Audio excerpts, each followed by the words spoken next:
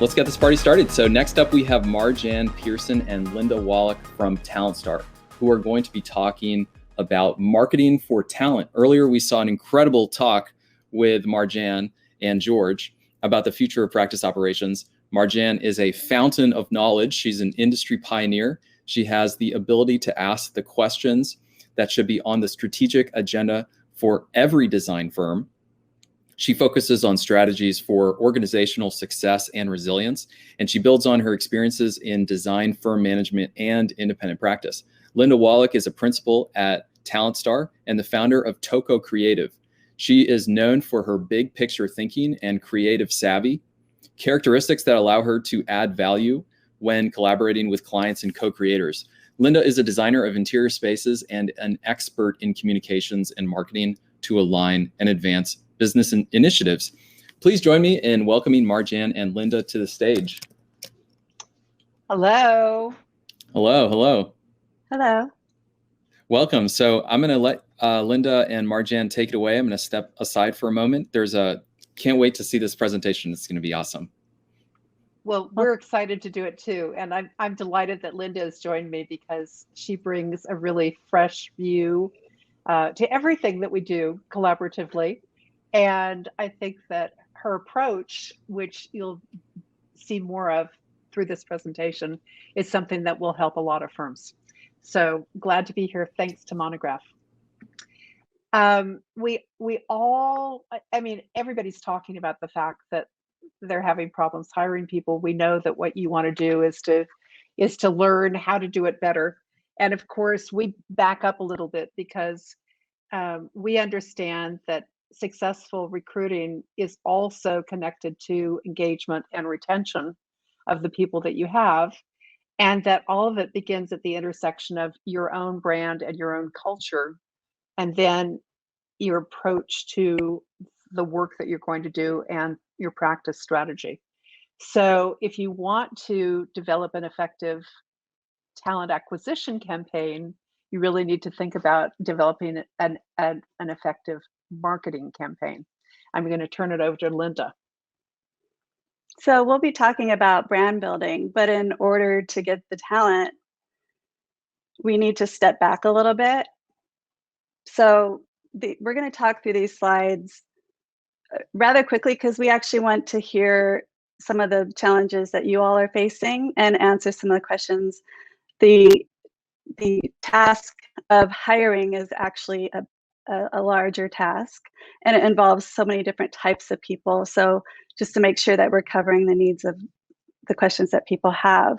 So we want to focus on looking inward at the very beginning of this, because attracting people is the way that you talk about yourself too. It's really important to have a good brand and to have a good strategy at the very beginning of all this, so that you know the exact way that you want to grow. So at the beginning, you want to know, what do you know about you? You have to ask yourself these questions. We're focusing on attraction as kind of a dating service. And if you're focused on execution, you don't have the opportunity to create the most robust team. Finding talent isn't a transaction. It's not just filling in a blank. In a firm, it should be actually selecting the people that have the same perspective as you, who think the way that you do.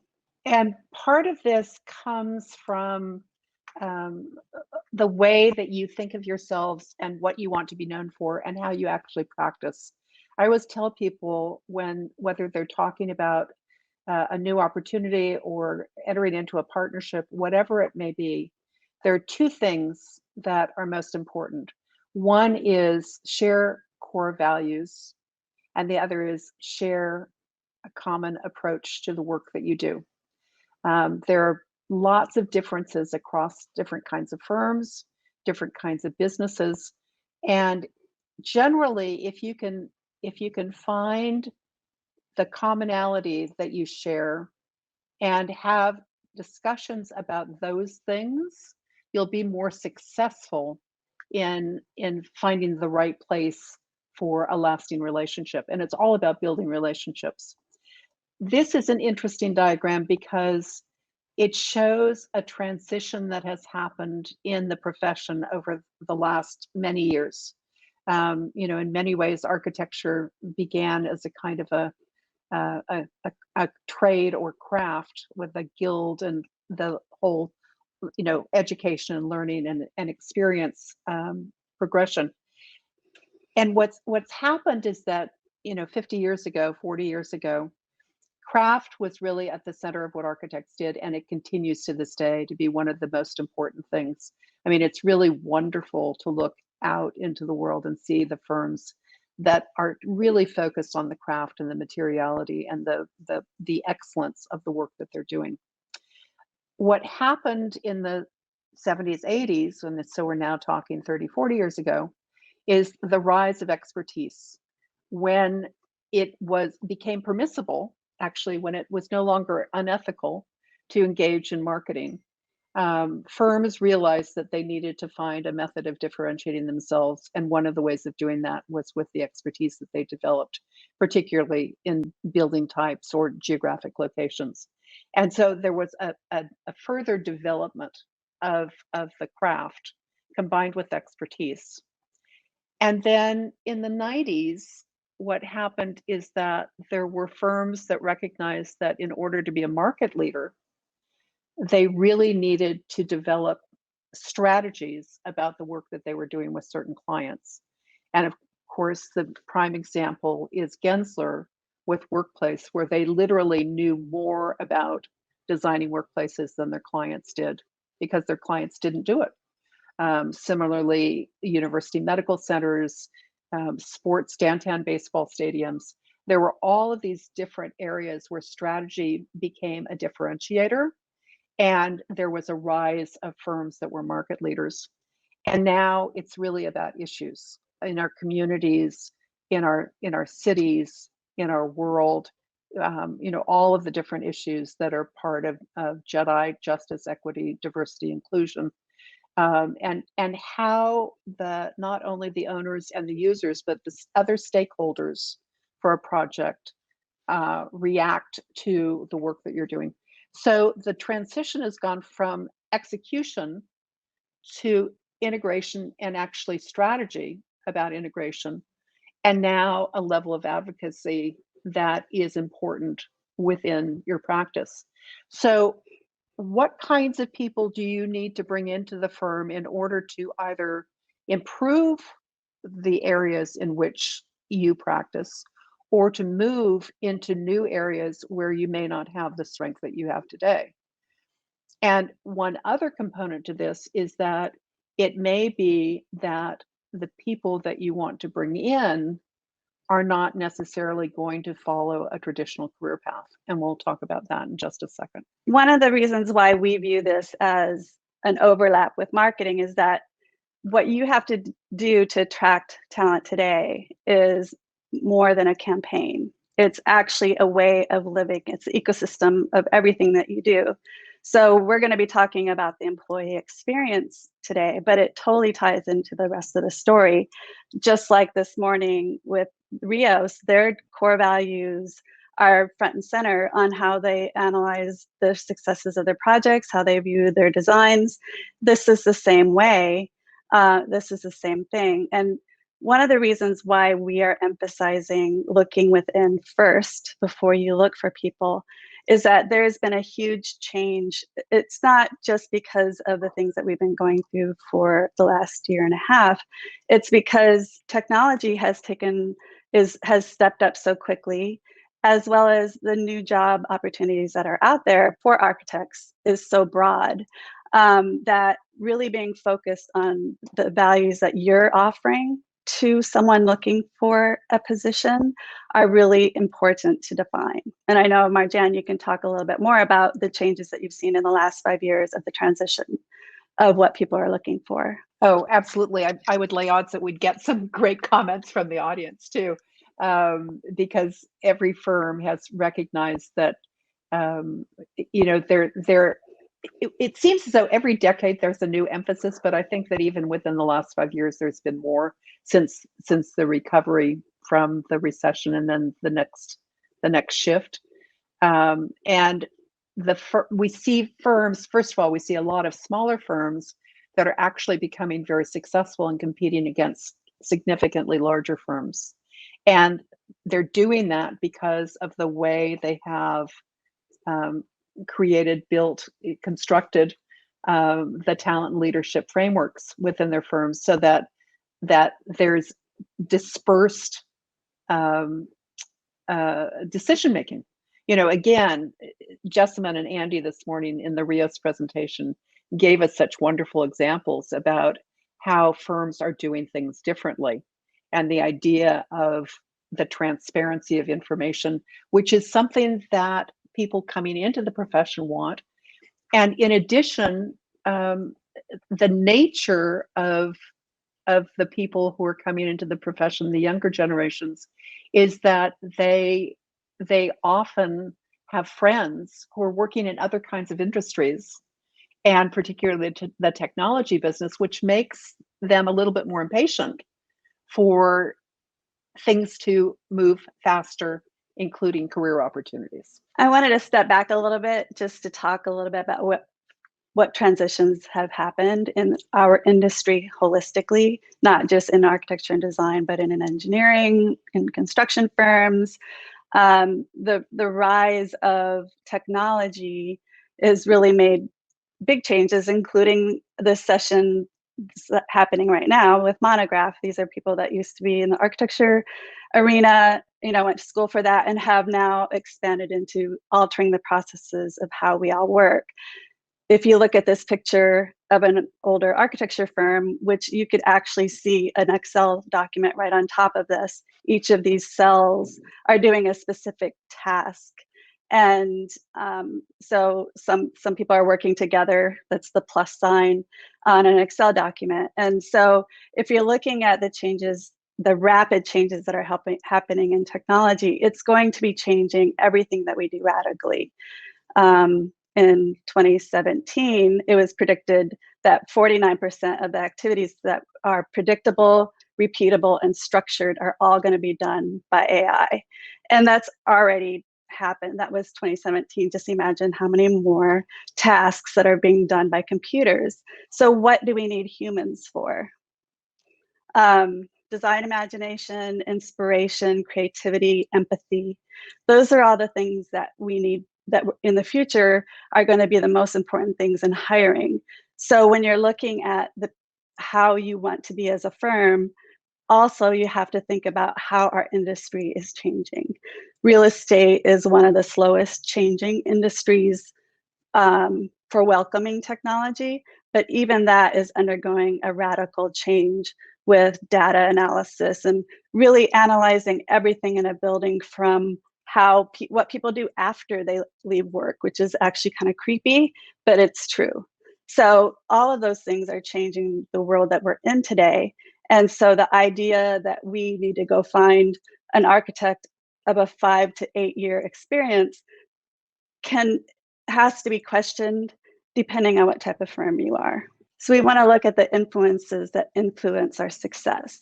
So we want to look at that practice paradigm, the ideals of your firm, and really the value of environment, social governance. That's really affecting how clients analyze firms, how businesses value your firm financially, and it also affects your people that work for you. Because if your ideals don't align with them, more and more people aren't going to want to work at that firm. They want to be with people that have the same ideals and goals that they do. And as Marjanne talked about, people are asking more questions when they are going to interviews. They're researching because the information is now out there. Even 5 years ago, it wasn't out there that much. And one little piece of information: in Colorado now, there's a new state bill, a law, that an employer needs to post salary information in the job posting. So the intent is transparency and equity, but it's a change in the way we as employers would present information that is going to have an effect on the conversations that you're having with potential candidates. And a lot of times, if our clients aren't thinking this way, they hear this information and it's a little bit intimidating. It's like, well, what do we do next? You know, what are we supposed to do? We have this body that we need to complete this project, you know, so what are we really thinking of? How do we move forward from this? And, you know, the question is, what process do you want to go through to develop a relationship? What kind of magnet do you want to be for attracting the people? And we also need to face the fact that there are a lot of alternatives for the architecture, interior architecture, landscape architecture, environmental design graduates. Architizer just had an article about 7 alternative careers, and our response was only 7. And I think that those of you who were participating in this, if we did a poll, I think we'd probably find a large percentage of people who are not in a traditional firm doing traditional work. And that's going to be more and more the case. So what does that tell us about the nature of our firms and what we do and how we do it? Sheryl Sandberg from Facebook wrote that ladders are limiting. And what we're seeing is firms that are finding rock stars, and they aren't necessarily relying on the years of experience to determine what that person's potential is going to be within the firm. And particularly if it's in a new area of practice, such as digital technology. You know, you can't wait 7 to 8 years for somebody to grow into a role like that, because there are significant roles in technology firms that are doing work in architecture and design. So it's important to realize, as we said in our session earlier, that expectations are based on past performance, but the talent business is a future potential business.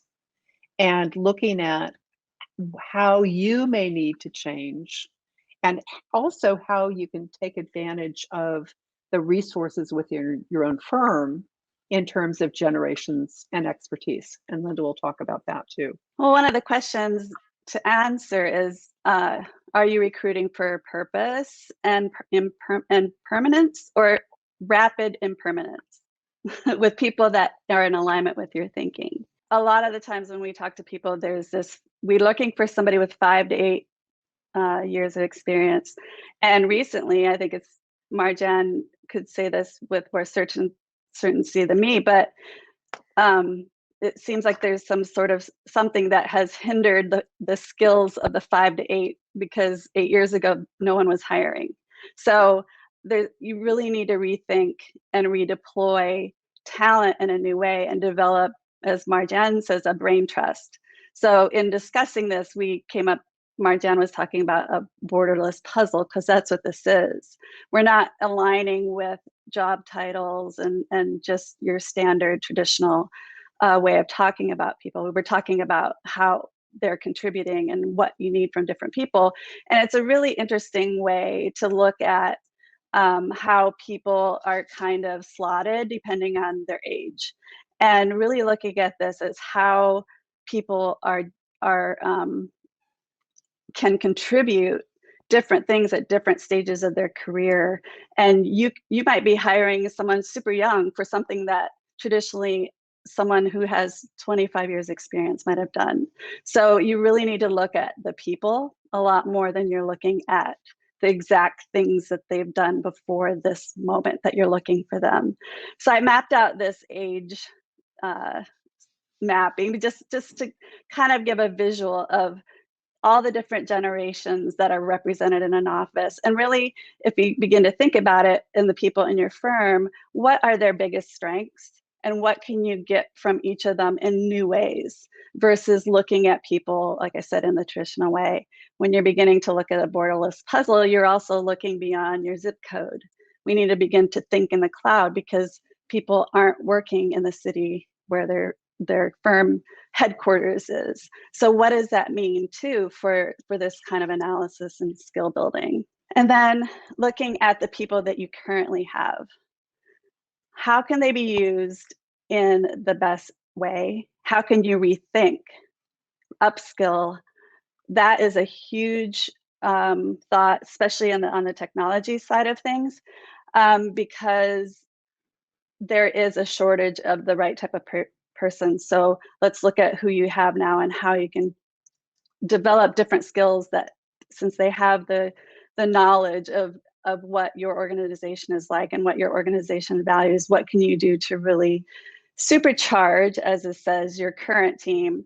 And when you're really looking at the different people and who you feel best fits you, what are the components or what are the characteristics about them that really stand out to you? So you can make a model of the person you're looking for. In Marjanne's last session, she had a chart, which was a job description made up of bubbles of the different skills that this one particular person needed to have. And so you're not looking at a standard resume, you're looking at what are the things that you feel will help you grow the best. I think taking care of your current team is one of the most important things, because they have been by your side, maybe from the beginning, or maybe they're new, but they really help enhance some of the services that you offer. But employees are your greatest champions. So if you're looking for people to grow your firm, you should be using the people that you work with to help you find the people that they're going to be working with. The idea that only a certain number of people meet with one or two people and you have a series of interviews, and it takes a different process. Rethink how all of that is done as well. Linda, we're getting a number of questions. Okay. And I want to throw one at you right now, or actually Chris could do it, but he told us, so I'm going to go ahead, Chris. Sorry about that. And this is from Evelyn Lee, but other people as well. With the diversity, equity, and inclusion initiatives, there are more conversations about culture add rather than culture fit, which is a great question. And how has it changed how to market for a more diverse workforce? Well, I think we were going to talk about that a little bit more later, but it's great now too, because emphasizing the value of a wide variety of ideas is really important. So how can you change what your firm is doing from an external outreach standpoint to really improve that? And Marjanne, I think that you have had, in the last even couple of weeks, had a lot of really great discussions with a lot of people from different cultural backgrounds, and really how the industry is addressing from helping people understand what architects do, even from an elementary school level, versus once they've decided that they're going to be an architect. And maybe, Marjanne, you can expand on that a little bit more too. Absolutely. As you know, I talked to Gabrielle Bullock a couple of months ago, who was really very articulate about this. She, of course, is head of global diversity for Perkins and Will. And she was talking about all of the things that they learned. And the first is that we need to listen, that we need to find the opportunities to actually have conversations so that we have a better understanding, and then find opportunities to bring that into the culture, so it is a culture add rather than a culture fit. And I think that there are some firms that are addressing it more easily than others, but this is also something that is so important to so many people that it is already shifting from something that we want to do to something that we're doing, which is really important. Well, I think too, just to kind of talk to Evelyn's question a little bit more on how are you addressing it, is even in your hiring, a lot of times firms will go to the high end, the best schools for architecture that are known. And a lot of times those schools don't have the most creative people, the people that can bring the biggest benefit to you and collaborate with you, because they couldn't afford to go to those schools. So really looking at other places where you can go out and help the schools understand that you want to work with them and help whoever needs help to understand the industry, begin to work themselves into the whole process of becoming an architect or whatever, if it's the technology side of things, whatever level of contribution that they want to make, going to different schools and really talking to people and helping them and mentoring them. Mentoring is huge. Yeah, and it really does start with younger, with children, and moving up. But it's important that we aren't trying to fit our culture into that culture, because it isn't that culture, it's our culture. And we need to find ways that we can learn together so that we can change the profession together. I think that's the really important thing. But all firms have so many opportunities to get involved with colleges and universities, and with high schools and even elementary schools. And it's a wonderful opportunity to encourage your employees and leaders to take advocacy positions, to reach out into the community and to begin talking with a broader group of people, so that you can bring that into your firm. Fascinating. Thank you so much, Linda and Marjanne. We're getting some more comments and questions. Let's try to leave with one last question here. I think I might bring it in from Mark LePage. Any effective strategies for hiring talent in the short term? I'm hearing every day from members of the Entre Architect community that they cannot find help at every level, battling the COVID effect, maybe. Well, even though everybody's talking about the Great Resignation right now, it's not true. And there are so many people who really feel great about the firms in which they've been working, because even though we went through this pandemic, we went through it together, and there's been lots more communication, there's been lots more consideration, and there have been opportunities for people to step up without having somebody watching over everything that they do. And so just because we want to hire somebody doesn't mean that they want to leave their firms. And the only effective strategy is to make every member a marketer, and to make certain that you're covering your entire base of everyone who works with you, every contractor, every consultant, every client. Put the word out that you're hiring, and then, as Linda would say, make your firm the attractive target, the place where somebody would want to work, which means you need to publicize what you're doing, which is get your marketing communications act together so that people know more about who you are. Linda's much better at this than I am. You also need to think in the cloud, like we said. You don't have to, not every job needs to be a full-time hire. I have embedded myself many times in different types of firms, workplace projects, graphic and marketing projects. So you don't have to hire full-time. When you're looking at the type of people that you need, there are plenty of people out there, especially today, who are consultants with all the skills that you probably need, and they can fill in for 6 months, 9 months, whatever. And I've had a very successful last 10 years of doing that. I think we're out of time. I'm not sure if there's any more questions. We do, but I don't know if we can fit them all in. Let's try maybe a really short answer. How can firms anticipate adaptation, especially recognize or find shape or fit? So like mindset, skill set, tool sets of staff needed at different timescales in a context where maybe the client services and tools do not exist yet. So it's kind of like anticipating skill sets that maybe don't have existing demand yet. That's a great question. I mean, learning agility is probably one of the most important skills that we can all have, as well as the ability to listen and communicate. And I can see that it's Rob Hyde who asked a question in the earlier session as well. What we really need to emphasize as one of our metrics is the ability to succeed despite unpredictable situations. You know, and the way you can find out is to do conversations, you know, to engage in conversations with people and say, did something like this ever happen to you? How did you handle it?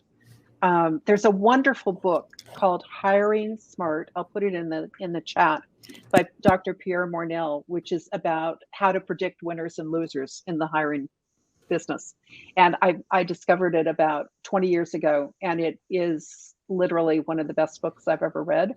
But it gives some really great situational kinds of questions that you can ask, and it also helps you understand what to listen for. Well, thank you so much, Marjanne and Linda. This is amazing. Always so much more that we could discuss here, but I'm going to have to switch over to our next guest. So thank you again, Linda and Marjanne, and everyone for joining this session. Pleasure. Thank you so much.